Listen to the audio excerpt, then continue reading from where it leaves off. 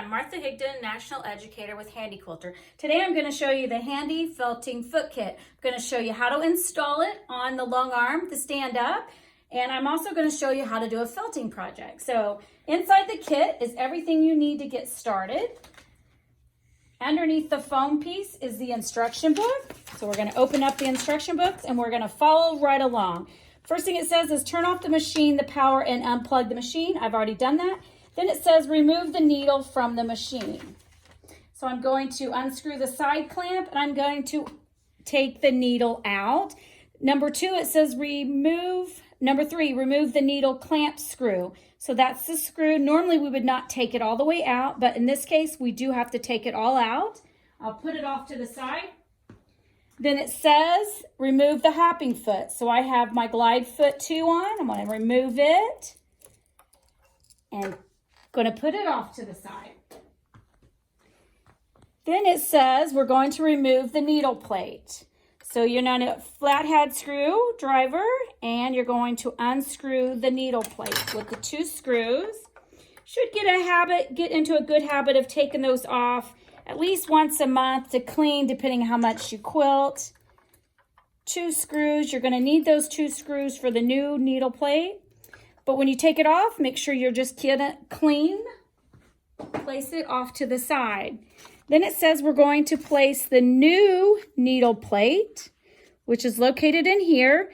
You'll notice that it has 2 sides. We want to make sure that the 2 sides line up to our 2 holes. We have 2 different machines. The holes could be on both sides or they could be top and bottom, depending on which machine you have.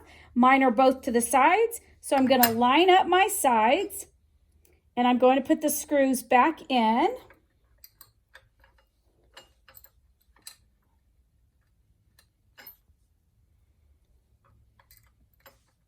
And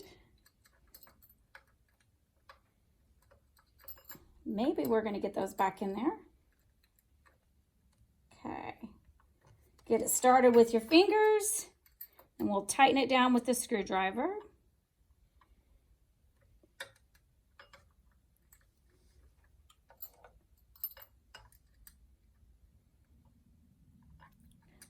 This takes about 15 minutes to replace, to take your old stuff off and place the new felting foot on. So it's not something, you're going to be able to do. You can't leave the plate on. You're going to have to change it back out when you're ready to go back to your regular quilting. So we're going to screw those 2 back down so that our needle plate is back installed. Our new needle plate. Just secure enough. So we have a new needle plate on. See what the instruction says. Now we can install the felting foot. The felting foot looks a lot like the glide foot, and we're going to install it onto the hopping foot. And we're going to use the hex, and we are going to tighten it. Remember that it's plastic, so we're going to go just until it's snug and just a little bit more. So now we have our felting foot located on. Now we're going to install the needles into the needle body. This is the needle body kit. You're going to place the gold piece on the 2 black piece. And then this little tool inside here only goes in one side of the screw. So you find which side that it goes into. They're very small. And once it's fit, then I'm going to put the last one in. I've installed 5 needles and you screw them in. They're going to be nice and snug. You can snug them all because you're going to put them in one at a time. And now I have 5 needles located this time. Sometimes you'll have 2, 3, 4, or 5. This time I'm going to try all 5. And now it says that we're going to insert this onto our machine here. So let me move the 2 pieces of that. So it's one of those things where you're going to take the screws back out. You're going to use that little tool because we're going to actually have to clamp it. So I have my ruler base on. So that's going to help. And then you see that it comes apart. And then we're going to clamp it onto, and then you're wanting to line it up where the needles are above that hole. Okay, so you're going to line it up so that the needles are going to be in that hole, and then you're going to put those screws back in. We're just going to secure it for a second, and then I'm going to lower the needle before I tighten the screws down. I'm going to finger those, finger tight, and then put the second screw in.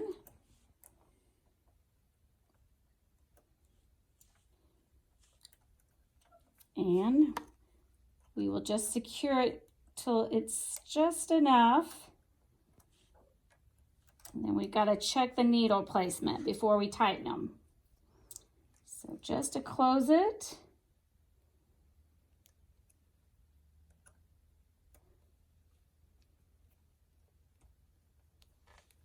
Okay, we have it just secure enough.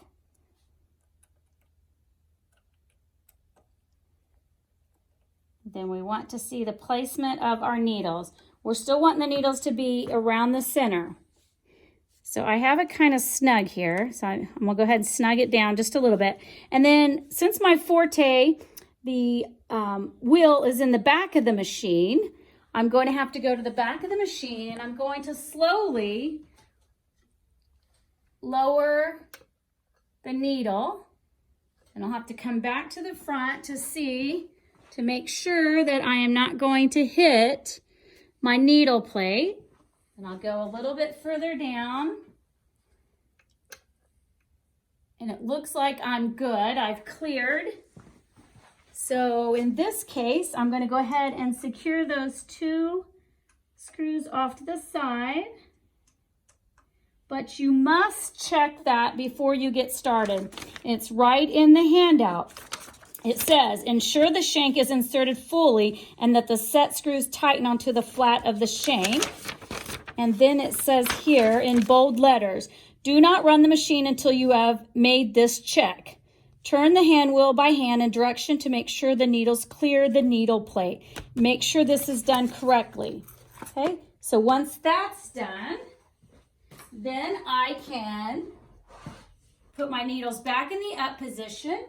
I can then plug my machine in, turn the machine on in the back. I have my Forte, and then I can turn the machine on in the front. And then I am going to turn Pro Stitcher on so I can turn those lights back off. And then this time I've actually pinned my piece to the long arm to see if it's going to be a little more secure than trying to push the sample fabric around on my ruler base. Then we will wait a second. And I had found my Elmer's glue. And so before we could put a little bit of glue just to hold it and secure the place, a little bit of glue to hold it down.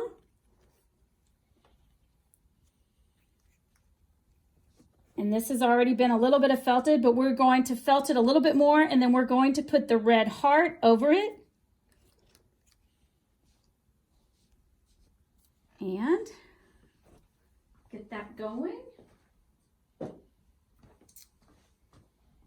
And this is going to be a lot of fun, and you can use any imagination coming up with your designs. You can use coloring books to trace. This was just kind of free motion just to make like a sunflower and something in the center, 2 leaves and a stem.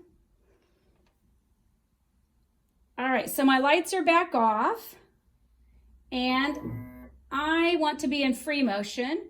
So I'm going to go ahead and disengage the gears, and then I am just going to push the start button, and then it will start felting. So it's going to secure. So we have all 5 needles, and we don't want to do that because it wasn't secure.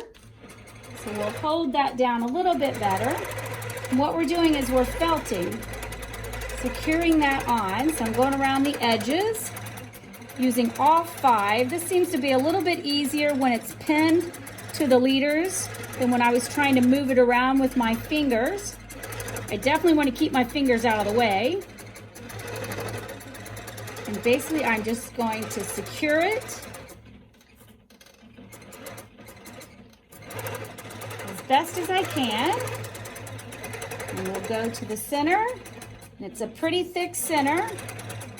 Let's see what we can do around the edges first.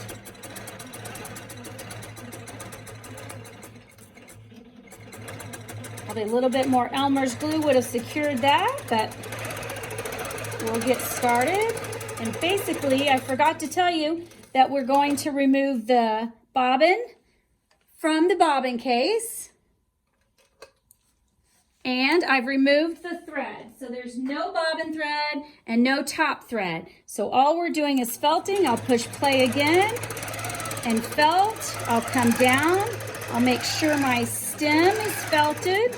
I'll go back over my leaves.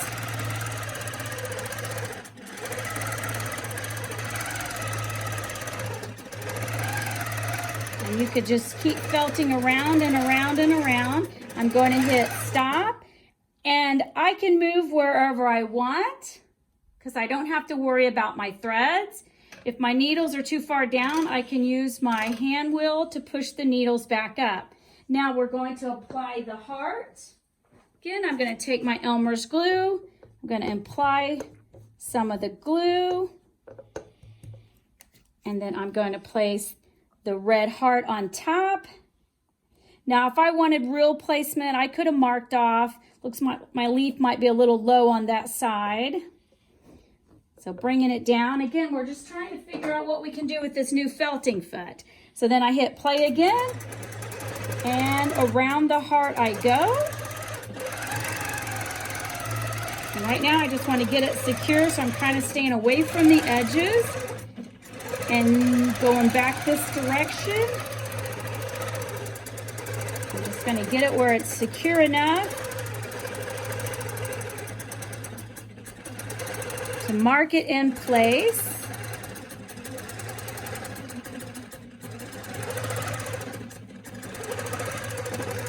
And I'm just going to keep felting it all the way down.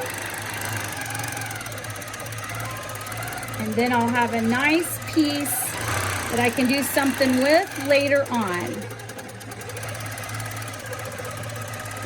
So I'm still experimenting with different types of wools. And just trying to come up with some different designs of how I can use this felting foot. Probably the hardest part is just getting it installed. Okay, so when we're done felting, we would remove it off our frame. We would then have to remove the two black pieces away from each other, remove the needle all the way off. Then we're going to remove the hopping foot, the felting foot. Then we're going to have to replace the needle plate again, and then we're back to regular quilting before.